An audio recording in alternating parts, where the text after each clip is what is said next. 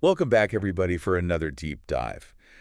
Today, we're going to be taking a look at a situation that I think a lot of people will be able to relate to. Mm-hmm.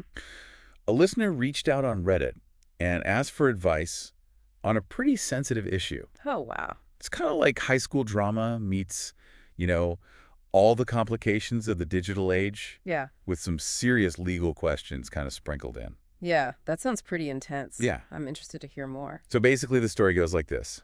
A young man, let's just call him Alex to protect his privacy. Okay. Sure, that about 3 years ago, when he was a minor, a friend of his, let's call him Ben, Okay.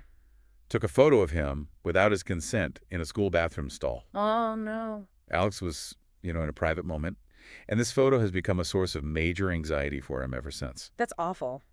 That's a huge violation of privacy. I can't imagine how he must be feeling. Yeah, I mean, that's got to be really, really tough. And Yeah. what makes it even more complicated is that Ben is refusing to delete the photo despite Alex asking him repeatedly. Wow, so this isn't just a thoughtless mistake. It sounds like there's something more deliberate and malicious going on here. Right, and that raises all sorts of questions about, consent, respect for privacy, and the potential for harm that this could cause. Yeah, absolutely. Yeah. I mean, even if Ben never intends to share the photo, the fact that he has it and is refusing to delete it is already a form of control and power over Alex. Exactly. Yeah. And, we were talking about the Reddit responses earlier, and Yeah. it's interesting because they were really a mixed bag. Mm-hmm. Some people were super supportive, Mm-hmm.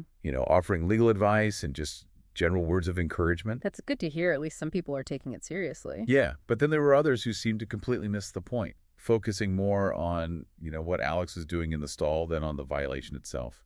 Uh, that's so frustrating. It's like they're victim blaming instead of addressing the real issue here, which is the non-consensual photo. Yeah, and it's like they just completely skipped over the huge red flag, which is that someone was photographed without their consent.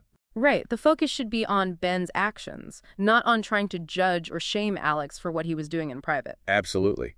Huh.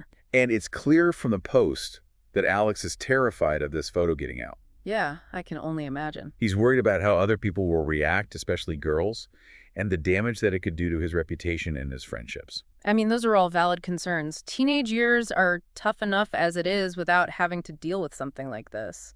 For sure, social dynamics and the pressure to fit in are so intense at that age. Totally. Yeah. The thought of being ostracized or ridiculed, especially Yeah. for something so personal, can be absolutely paralyzing. Definitely. And then on top of all of that, you have to consider the legal ramifications. Right? Some people in the comments pointed out that a photo like this, especially involving minors, could fall into the category of child pornography. And they're not wrong.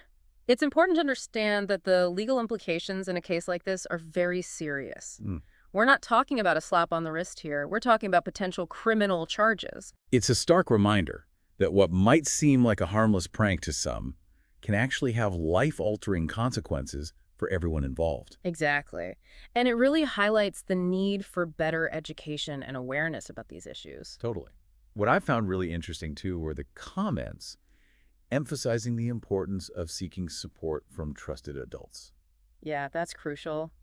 Alex clearly doesn't know how to handle this alone, and he even mentioned in the post that he's afraid of how adults might react if he reports it. That's so common, though. Young people often worry about getting into trouble or not being taken seriously. Right. It's like they don't want to make a big deal out of it or they're afraid of the consequences. Yeah, and sometimes they've had negative experiences in the past where they tried to reach out for help and weren't met with the support they needed. It's heartbreaking. Yeah, And it makes it that much harder for them to trust adults and ask for help in the future. absolutely. But it's so important for them to know that there are adults out there who will listen without judgment and help them navigate a situation like this. I completely agree. He needs someone in his corner, someone who can offer guidance and support and help him figure out the best course of action. Yeah, he needs an advocate, someone who can help him understand his options and make informed decisions. And that's where adults, like school counselors, teachers, parents, or other trusted figures can play a vital role. Definitely. They can provide a safe space for Alex to share his concerns, offer advice, and help him navigate the reporting process if he chooses to do so. And I think it's important to highlight that reporting doesn't automatically mean going to the police or taking legal action. Right. It's about finding the best solution for Alex, and that might involve mediation counseling or other forms of intervention. Exactly. It's about helping him feel safe, supported, and empowered to take back control of the situation. And ultimately, that's what we want for all young people who are facing difficult challenges, to know that they're not alone and that there are people who care about them and want to help. And that's something we'll definitely be exploring further in part 2 of this deep dive. I'm looking forward to it. So, we were talking about the importance of trusted adults. Mm. And I was really struck by how many people in those Reddit comments mentioned school safeguarding teams. Yeah, safeguarding teams. I'll admit, I wasn't super familiar with that term before we started looking into all this. Yeah, me neither. Actually, I had to do a little bit of research myself. So for those of us who are maybe not as familiar, can you explain what a safeguarding team is? Sure. So basically, safeguarding teams are becoming increasingly common in schools, and they're specifically trained to handle issues like abuse, bullying, anything that might jeopardize a student's well-being. Okay, so it's not just about physical safety. Right. It's about their overall well-being, their emotional and mental health as well. So if Alex were to report this to his school counselor, Mhm. they would likely involve the safeguarding team. Exactly. And the safeguarding team would then investigate and figure out the best way to address the situation. So what would that look like? Well, it could range from mediating a conversation between Alex and Ben to involving law enforcement if necessary. Oh, wow. So it's a pretty wide range of potential responses. Yeah, it really depends on the specific circumstances. Yeah. The severity of the situation, the age of the students involved, whether there's a history of similar incidents, things like that. So they're equipped to handle a lot of different scenarios. Exactly. They have a deep understanding of the complexities of these situations, and they can take appropriate action to protect students.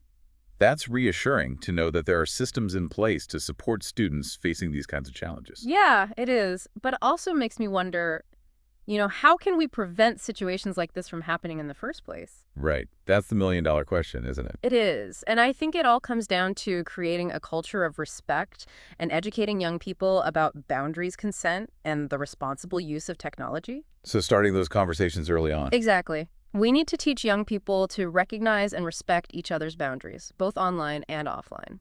Because those lines can get really blurry, especially with social media. Absolutely. And we need to make it crystal clear that non-consensual photography, particularly when it involves sensitive content, is never acceptable. No matter what. No matter what.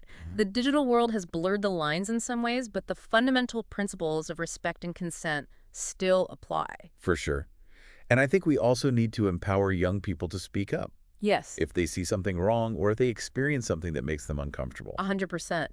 That means creating environments where they feel safe to come forward without fear of judgment or repercussions. So it's about fostering open communication, encouraging bystander intervention, Mm-hmm. and making it clear that adults will listen and take their concerns seriously. Absolutely. It's about building a culture of trust and support. Now, going back to the Reddit post for a second, Yeah. I was really interested in the different approaches people suggested. Like what? Well, some people were advocating for direct confrontation. Oh, really? Yeah, like urging Alex to stand up to Ben or even threaten legal action. I can see how that might feel empowering in the moment. Right. But it's important to consider the potential risks and benefits.